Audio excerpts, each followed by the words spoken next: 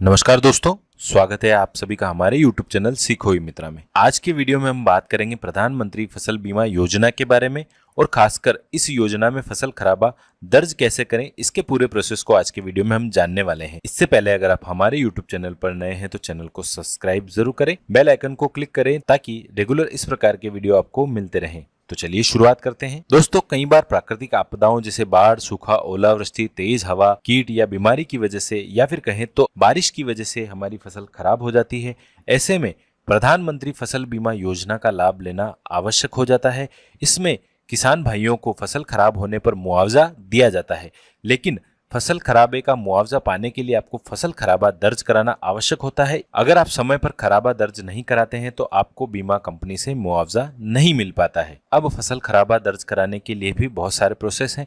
पहला प्रोसेस तो रहता है ऑनलाइन आप फसल खराबा दर्ज कराएं। इसके लिए गवर्नमेंट द्वारा कृषि रक्षक पोर्टल एंड हेल्पलाइन जारी कर दिया गया है। इस पोर्टल के माध्यम से आप यहाँ पर फार्मर कॉर्नर देख रहे होंगे, आप यहाँ पर क्रॉप लॉस इंटीमेशन का ऑप्शन दिया गया है। इस पर जाकर आपका मोबाइल नंबर डालकर कैप्चा डालकर लॉगिन कर लेंगे। लॉगिन करने के बाद आप यहाँ से फसल खराबा दर्ज करा सकते हैं।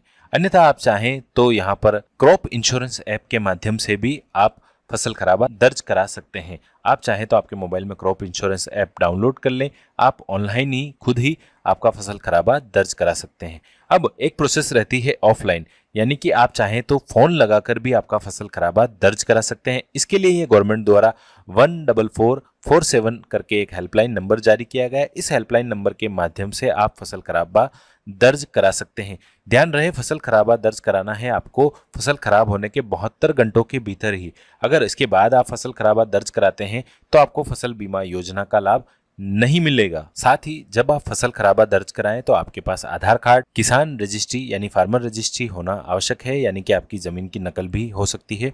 बैंक पासबुक भी आप अपने पास रखें।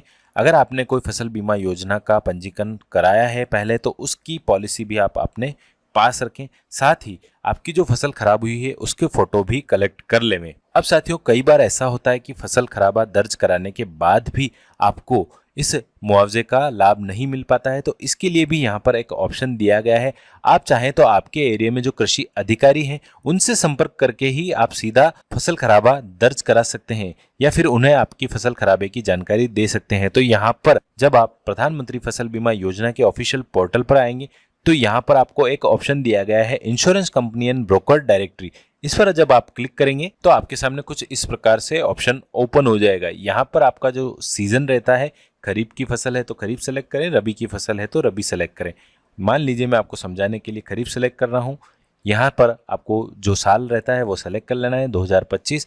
स्कीम आपको सेलेक्ट करनी है कि आपने कौन सी स्कीम के तहत पंजीयन कराया है, प्रधानमंत्री फसल बीमा योजना के तहत या फिर weather based crop insurance scheme के तहत आपने पंजीयन कराया है, तो वो आपको सेलेक्ट कर लेनी है। फिर आपका जो स्टेट रहता है वह यहाँ से आप सेलेक्ट कर लीजिए। मान लीजिए यहाँ से मैं राजस्थान सेलेक्ट कर लेता हूँ। आपका जो डिस्ट्रिक्ट रहता है वह भी आपको यहाँ सेलेक्ट कर लेना है।